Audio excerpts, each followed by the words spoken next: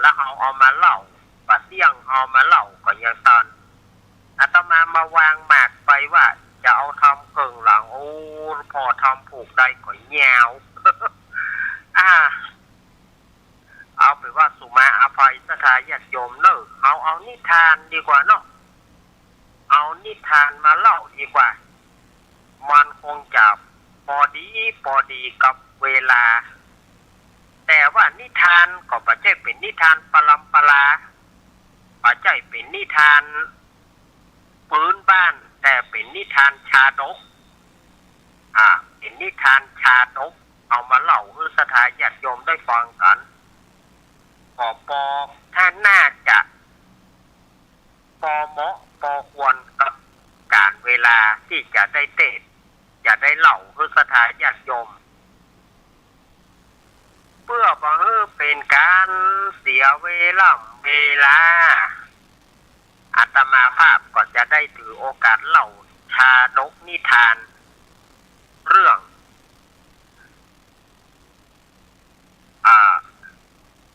วันนี้จะเอาเรื่องของพญาหมาเนาะชาดกนี่นะเรื่องของพญาหมาให้ความเป็นธรรมกับฉันด้วยอาตมาใส่ชื่อรูปเปิลนะให้ความเป็นธรรมกับฉันด้วยอันนี้เป็น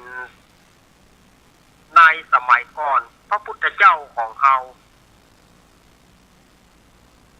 เปิ้นได้เล่าให้พุทธบริษัทมหาชนทั้งหลาย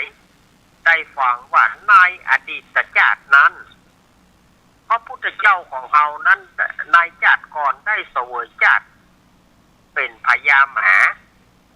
เป็นหัวหน้าหมาสุมาเตอร์เนาะอันนี้ว่ากันซื่อๆไปเลยนะโอ้พระพุทธเจ้าของเรานี่แม้แต่หมาเปิ้นก็ได้เป็นนะเนาะ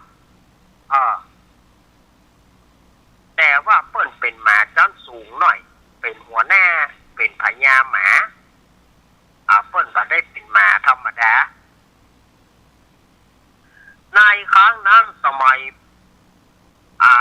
พระเจ้าพรหมทัตครองราชอยู่กรุงพาราณสีในเมืองพาราณสีนั้นในป่าแห่งนั้นก็มีหัวหน้าหมาพญาหมาซึ่งก็คือหนอโพธิสัตว์เจ้าของเราเนี่ยได้เป็นพญาหมาปกครองหมาทั้ง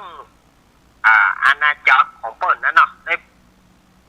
ปกครองหมาหลายๆที่หลายๆต่างเนี่ยก็อยู่เย็นเป็นสุขมาเขาจะกล่าวถึงพระเจ้าพรหมทัตในครั้งนั้นเปิ้นก็เสด็จออกไปว่าราชการประพาสหัวเมืองพ่องอย่างพ่องนี่นะก็จะนั่งรถไปเพราะว่ารถเปิ้นมีหรอกสมัยก่อนก็มีรถเนาะนั่งรถเปิ้นไปโชเฟอร์สารถีก็ขับรถไปส่งพระเจ้าพรหมทัตนี่นะขับรถไปมีอยู่ครั้งหนึ่งรถที่ไปส่งขับส่งพระเจ้าพรหมทัตนั้นโชเฟอร์สารถีก็คือนายโชเฟอร์ขับรถนั่นน่ะก่อนนำรถไปจอดก็เอาไปจอดที่โรงรถเอารถไปจอดที่กลางลานกลางห่วงเมืองโดยว่าลืมใส่ใจว่าฝนอาจจะตกกาอย่างกาเนาะมาได้กึดถึงสักคำที่นี่ก็ในค่ำนั้นโชเฟอร์สารถีก็นำพระเจ้าพรหมทัตมาส่งที่คุ้มหลวงมาส่งที่ในวังแล้วก็เอารถจอดไว้ข้างนั่นนะข้างปราสาทของพระเจ้าพรหมทัตโดยบักเก็บเข้าห้องโดยเบารถเข้าห้องถึงกับวันนี้ไปส่งเจ้าเหนือหัววันค่ำเนยก็เลยบักเก็บรถสักกำเบารถเข้าห้องสักกำปรากฏ ากฏว่าเจ้ากรรมนายเวรเนาะฝนมันเกิดตกขึ้นมาฝนตกขึ้นมาก็ปรากฏว่ารถเปียกหมดโดยเฉพาะอย่างยิ่งเบาะรถเบาะรถที่เป็นเบาะรถพระที่นั่งของพระเจ้าพรหมทัตนี่นะเบาะรถนั้นมันทำด้วยหนังหรอเบาะรถทำด้วยหนังหนังซัดเนี่ยมันเปียกปรากฏว่ามันเปียกแล้วมันก็เกิดเน่าขึ้นมานะเพราะมันเป็นหนังเนาะเบาะรถเน่าส่งกลิ่นเหม็นแต่บรรดาหมาในเมืองเนี่ยหมาที่เป็นหมาในเมืองหมาของพระเจ้าพรหมทัตนี่นะที่เปิ้นเลี้ยงไว้เป็นหมาในเมืองหมาชั้นดีอีเตอร์เนาะหมามูนั้นมันได้กินหนังมันได้กินเบาะเน่ามันก็ปากันมาถึงมาปากันมาถึงปากันมาลู่มาหยาดตืดกินเบาะเบาะรถพระที่นั่งของพระเจ้าพรหมทัตมดลึงที่บ่มดก็กระจัดกระจายกันเบาะเหลวไปหมดที่เป็นนางก็เขาตืดกินตื้นกินเนาะมันเน่าหรอมันกินเน่าโอ้อันหมู่เสนาอามาตย์แจ้งมาไปหันเข้าใส่ปูเท่าก็ห้องนายสารถีห้องคนขับรถนี่นะว่ามาพอเหรอยังได้กันนี่แต่คืนนี้ยังมาเก็บรถข้าลืมไปข้าเหนื่อยไปส่งเจ้าเหนือหัวมาขั้นเหนื่อยข้าก็เลยมาเก็บรถตะกำเนี่ยได้ปูโทรมาตื้นกินนางเบาะมดปโตปเสียงสู่จริงยังได้กันนี่บัดเดียวนี่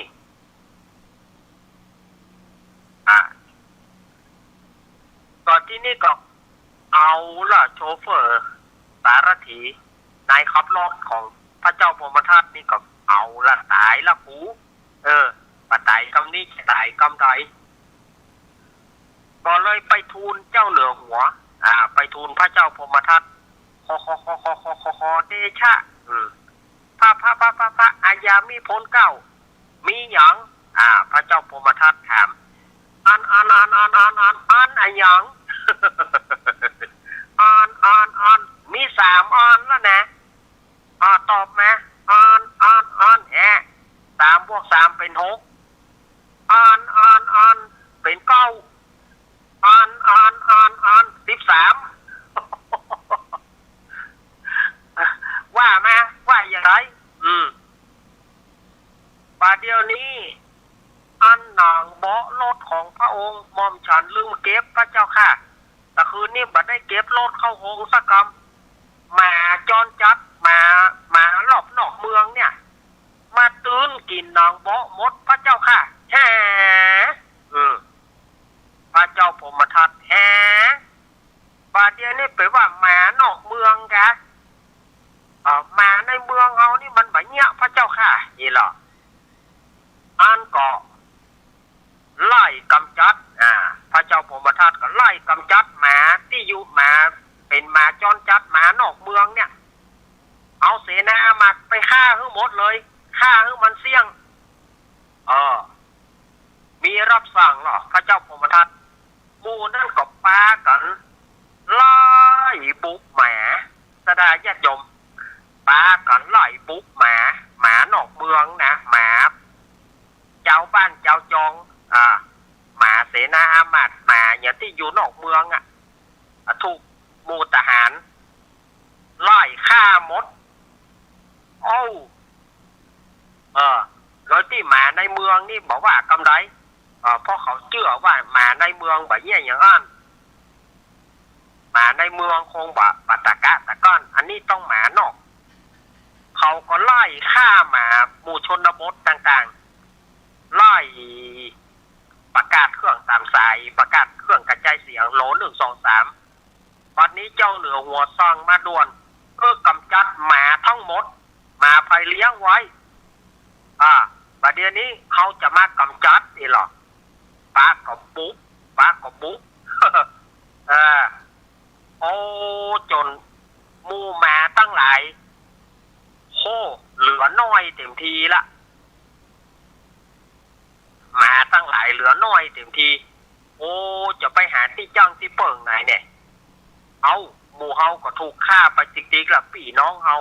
พ่อแม่เฮาถูกเขาฆ่าไปติ๊กๆประเด็นนี้ต้องไปขอความช่วยเหลือจากพญาหมาขอเพื่อความเป็นธรรมขอพญาหมาช่วยหน่อยเหรอเขาก็เลยไปหานอโพธิสัตว์ในครั้งนั้นนอโพธิสัตว์ของเขาเปิ้นก็อยู่ในป่าเขาก็ไปหาเจ้าพญาหมาโพธิสัตว์บอกว่าเจ้าพญาหมาที่เคารพขอช่วยหมู่เฮาตัวช่วยอะหยังปาเดียวนี่นะเจ้าพญาหูก่อปาเดียวนี่เขาไล่ฆ่าหมู่เฮาปะตกปะเสี่ยงพ่อกำสั่งเจ้าเหนือหัวพมทัตสั่งฆ่าหมู่เฮาที่เป็นหมารอบนอกแต่หมาในเมืองเปิ้นกลับมาฆ่าเพราะเหตุอะหยังหมาในเมืองเนี่ยไปกินเปาะรถเพราะว่าโชเฟอร์สารถีประมาทเลินเล่อปะเก็บเบาะรถปะเก็บรถเข้าหงบอกก็ว่าหมาฝนมันตก หนังเบาะมันเน่ามาตั้งหลายก็ไปถึงกินแต่ว่าหมู่เฮาบอกหูเรื่องหูลาวเจ้าเหนือหัวสั่งเพื่อฆ่าเฮาประเดี๋ยวนี้หมู่เฮาเหลือน้อยเดียวขอพญาหมาไปช่วยกำเตอะเมื่อนั้นพญาหมาโพธิสัตว์ก็ไปถึงในวังก็เข้าไปนั่งเข้าไปอยู่ต่อหน้าพระพักของพระเจ้าพมทัตบุคคลตั้งหลายโหมาอย่างนี้นี่เนาะเขาก็ปากันไหลนะห้องก็เปียค้อนมาจับปุ๊บ เปียค้อนมาจับปุ๊บแต่พระเจ้าพมทัตเปิ้น เลงดูเปิ้นก็หันว่าหมาตัวนี้เป็นหมาที่ฉลาดน่าจะเป็นหัวหน้าของหมาก็เลยบอกว่าเอาสู่เขาจะไปบุกมันมันมานี่คงจะมีจุดประสงค์อย่างสักอย่างว่าแล้วพระเจ้าพมทัตก็ถามเจ้าพญาหมาว่าดูก่อนท่านหมาตัวใหญ่ท่านนี้อาจจะเป็นหัวหน้าแห่งหมาแม่นก่อขอเดชะพระยามิพลเก้าข้าพระองค์นั้นหาใจว่าเป็นหัวหน้าหมาธรรมดาแต่ข้าพระองค์เป็นพญาหมาโพธิสัตว์เจ้า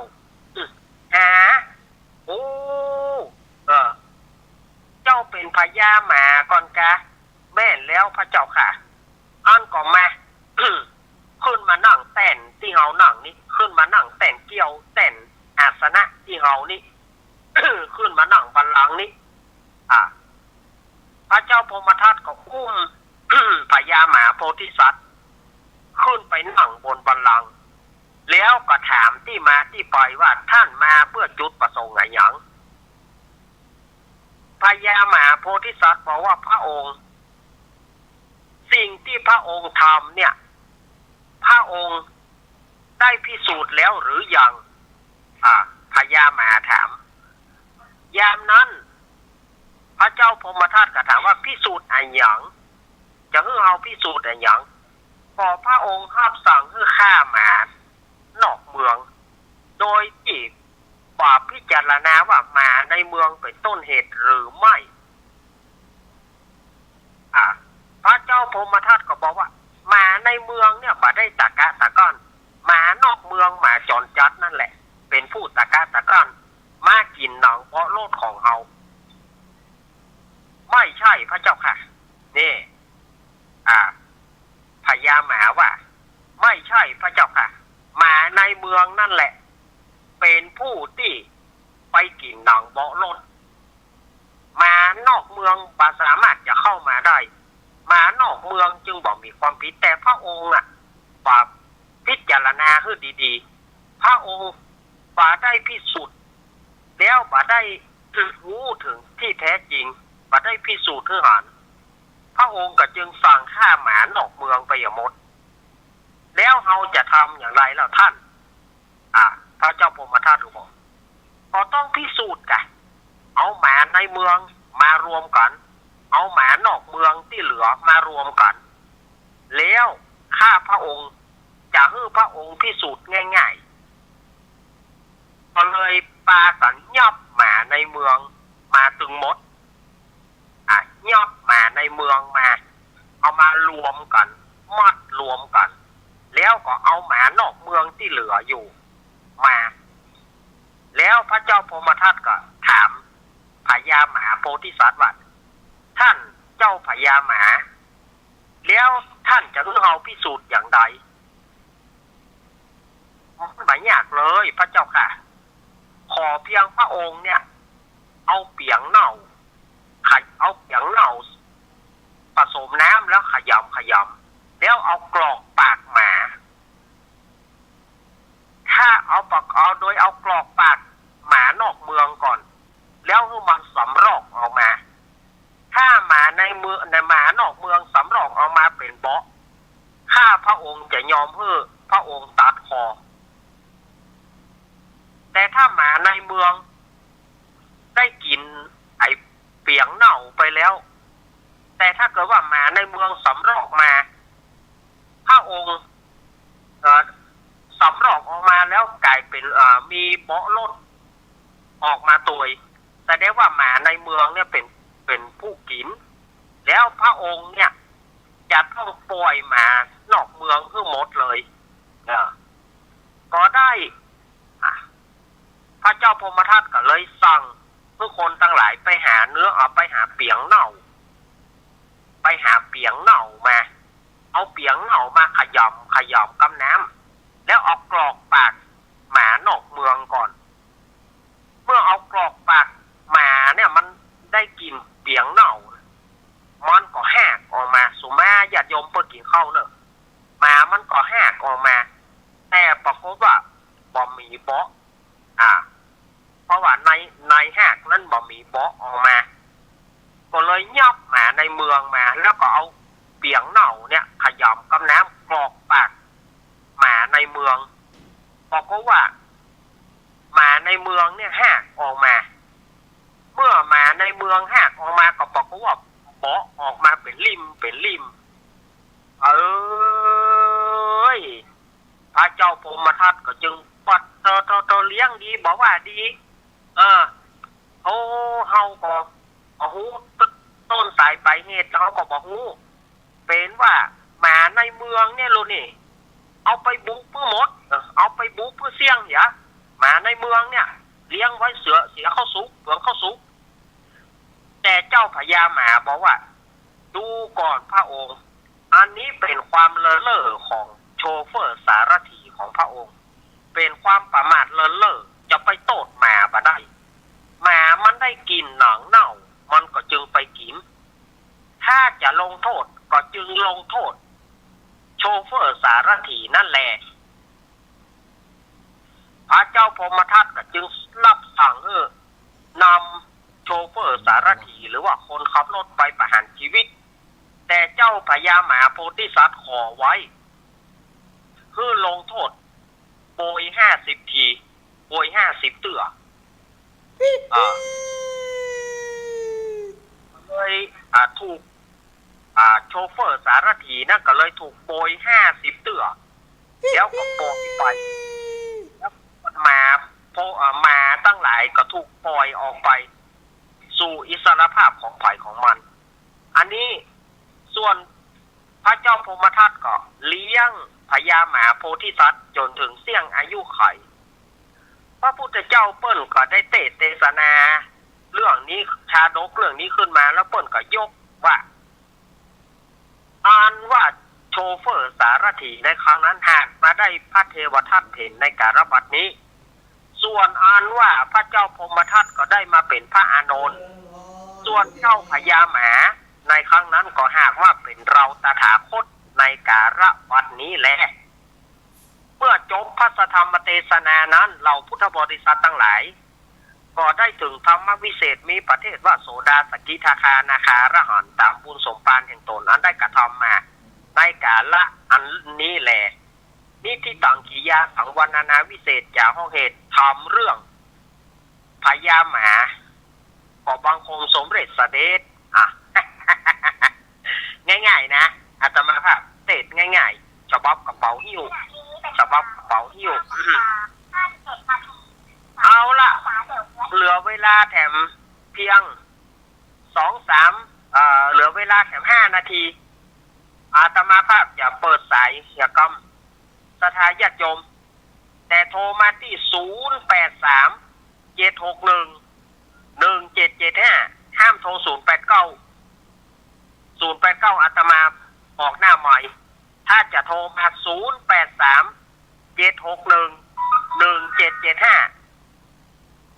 083-761-1775เท่านั้นเท่านั้นจะไปโทร089เอามาเลยถ้าใครจะโทรหาอาตมาโทรมาตอนนี้เหลือเวลาน้อยเดียว083-761-1775มีก็มีโทรเข้ามาเลยอนุญาตป่งปอนให้โทรแต่ว่าข้อความใดจะไปเอาเรื่องลูกเรื่องเต้ามาเล่าขวัญออกอากาศอาตมาเบาเจริญปอนกำลังกำลังสารนั่นเองแม่สุเกี้ยวเนาะเกี้ยวสุนทรเจี๊ยครับน้องคุณเด้โอ้ติดตามอยู่แหน่ในเมืองพีทเนี่ยมาในเมืองพีทหรอต้องไปกินหนังบอกเพื่อนหรอโทษแม่จนยันเนาะน่ากะฟังอยู่เด้อเน็ตเด้อขอบคุณแม่สุเกี้ยวเด้อเจ้าจับไว้จ่าเด้อฉันดูเจ้าแม่สุเกี้ยวสอนศรีนุสรศรีราพรศรีเกียรติมาละแม่สุเกี้ยวเจริญปอนนมัสการครับผมแฟนพันธุ์แท้ครับล่ะแฟนพันธุ์แท้มาแล้วเฮ้ยท่านมาต้องน้อยใจว่าท่านพูดเพราะเพราะอันนั้นเลยครับเทศนี้ดีมากเลยครับขอบคุณเสียงชัดดีครับสาธุครับครับวันนี้ต้องงานต้อนรับธรรมะคลายเครียดจะเจอไปเจอกันเดี๋ยวไปเจอกัน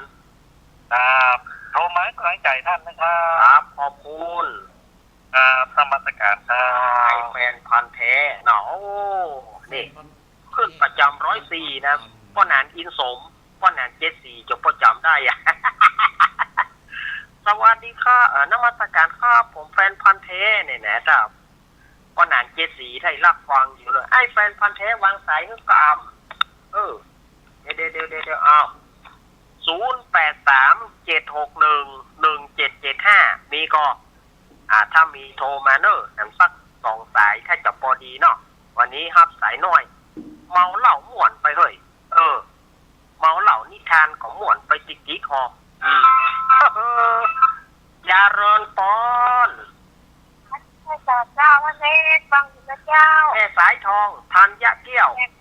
แม่เจ้าห้วยไม่เตียวห้วยกันชัดเจนดี97.5เจ้าชัดเจนดีเจ้าแม่สายทองปีหน้ามาฟ้อนปอยหลวงเนอะปีหน้านะแล้วก็ลูกคนเนาะลูกกันว่าตึงมงอยากไปหาหมอถึงทุกวันไปมันตึงไปหาหมอนะเดี๋ยวเนาะไปกุฏิกุฏางมาก่อนเจ้าปุ่นปีหน้าเป็นกำลังใจเนอะยังฟังอยู่เนอะขอบคุณเจ้าคุณห้วยไม่เตียวห้วยการแม่สายทองทานญาติเกี้ยวมาละแม่สายทองแม่น้อยเกี้ยวซาวมีไหนแม่น้อยแม่น้อยเกี้ยวซาวโทรมาเนอะแม่น้อยเนอะมัวอย่างบอกซาว เจ้าสาวมันมั่วอย่างหมู่3หมู่3เราเป้าเนอะมณฑาทิพย์เปิ้นได้ตู้ใหม่แล้วหายแซบแตกไม่ เกี่ยวไม่เกี่ยวอ่ะสุมาเถอะ ไม่น้อย ไปอย่างไม่เกี่ยวคุณอ่ะเนาะ เราบอกไม่เกี่ยวพวกร้านโทรมาเด้อผู้ว่าเขาเปิดนา คนได้ตู้ใหม่แล้วหายแซฟแต่มาเนอะไม่น้อยเนอะดอยรอมีก่อนนี่เขาได้สายดอยรอพวกแน่มีกั้มหมีฮะสายดอยรอนี่กั้มหมีห้องประจัดแล้วเด้อ เอาดอยรอเขานี่หายแซฟนะเจริญปอนแม่เพิ่นเจ้าอาจารย์เจ้าคนสู้ชีวิตเจ้ามันแค่เจนก็คือจ่ายเงินเนอะเอาขอบคุณเจ้าเดินทางปลอดภัยเนอะขอบคุณเจ้าอาจารย์เจ้าสาธุแม่เพลนคนสู้ชีวิตไม่มีลิมิตฮะ เดินทางปลอดภัยอย่างเนตจัดติวอด เนาะ เนาะแม่เพนเอาละสถาญาติโยมอันนี้หมดเวลาแต่ละเวลาหมดแล้วนะคำเดียวก็ฟังท่านอาจารย์วรรณชัยชยานันโทวัดพุทธศรีคีรีขุนแปะแล้วก็หลวงพ่อสถิตสารคุณหนองผาขาวท่านพระครูกัลยาณปราโมทย์ม่อนห้วยเกี้ยวก็3 รูป 3 องค์คำเดียวเปิ้นจะมามาจากสถาญาติโยมโดยเฉพาะอาจารย์ท่านอาจารย์วรรณชัยชยานันโทเดี๋ยวเปิ้นจะมาเรื่องวันนั้นม่วนอย่างใดเดี๋ยวเปิ้นจะมามาจากสถาญาติโยมเนอะถ้าฟังท่านอาจารย์วรรณชัยเสียงธรรมจากยอดดอยแต่เดี๋ยวถ้าฟังเนอะเสียงธรรมจากยอดดอยโดยท่านอาจารย์วรรณชัยชยานันโทหลวงพ่อสถิตสารคุณแล้วก็ท่านอาจารย์ท่านพระครูกัลยาณปราโมทย์หรือว่าท่านอาจารย์สมหวังกัลยาโนก็เดี๋ยวเพิ่นจะมามาจากว่าวันนี้เป็นอย่างใดวันนั้นมีความม่วนใจอย่างใดที่วัดพุทธศรีคีรีอาตมาภาพก็สุดกับพารณาเนอะมันม่วนเหมือนกันนะอาตมาก็มันมีเวลาละอาตมาขออ้างเอาคุณพระศรีรัตนตรัยสิ่งศักดิ์สิทธิ์ทั่วฟ้าสากลโลกจงอภิบาลรักษาสถานญาติโยมทั้งหลายอยู่ดีมีสุขอายุมั่นยืนยาวเหมือนกันจุผู้จุคนเนออภิวาทนาสีริสานิจังวุธาปัจจายิโนจัตตารโรธรรมาวัฏันติอายุวโนสุขังพระลังขอเจริญ